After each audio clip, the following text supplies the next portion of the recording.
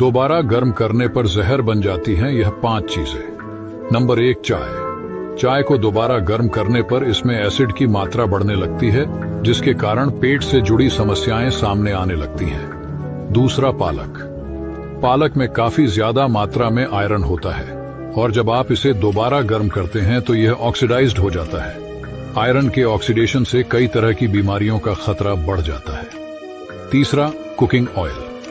Cooking oil को दोबारा गर्म करने पर टॉक्सिन पैदा हो जाते हैं, जिससे कैंसर होने का खतरा बढ़ जाता है। चौथा, मशरूम। मशरूम में काफी मात्रा में प्रोटीन होता है और इसे दोबारा गर्म करने पर प्रोटीन का कंपोजिशन बन जाता है, जिससे डाइजेशन और दिल से जुड़ी समस्याएं बढ़ सकती हैं।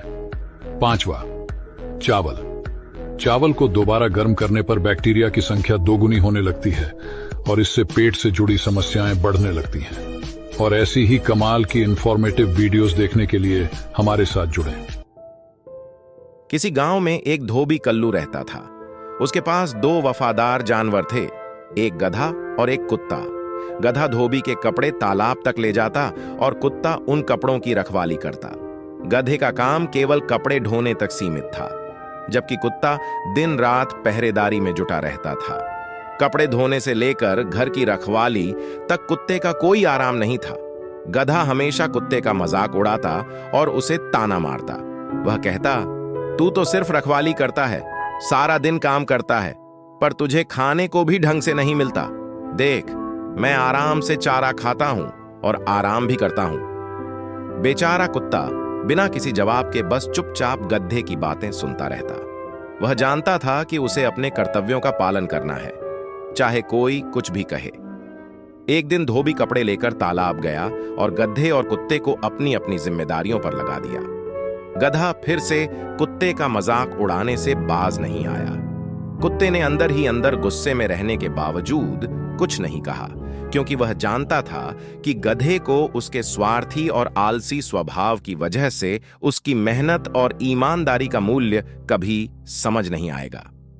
उस रात जब सभी सो रहे थे, 2 चोर धोबी के घर में घुस आए। कुत्ते ने चोरों को देखा, लेकिन उसने तुरंत भौंकने के बजाय कुछ और सोचा।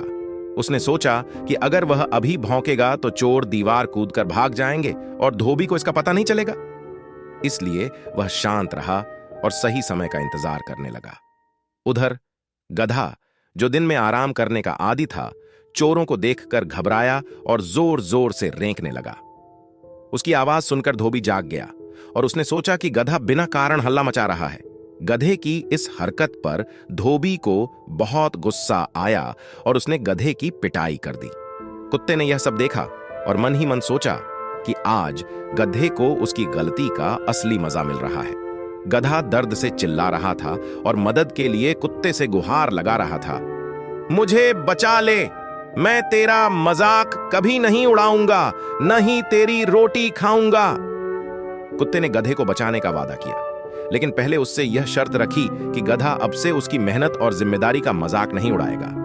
गधा मजबूरी में मान गया।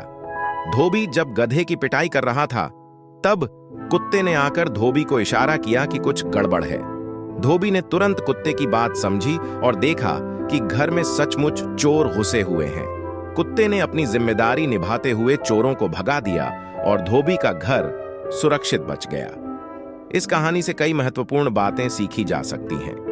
किसी की मेहनत का मजाक मत बनाओ। हर काम आसान नहीं होता और जब हम दूसरों के काम को छोटा समझते हैं तो हम उनकी मेहनत का अनादर करते हैं।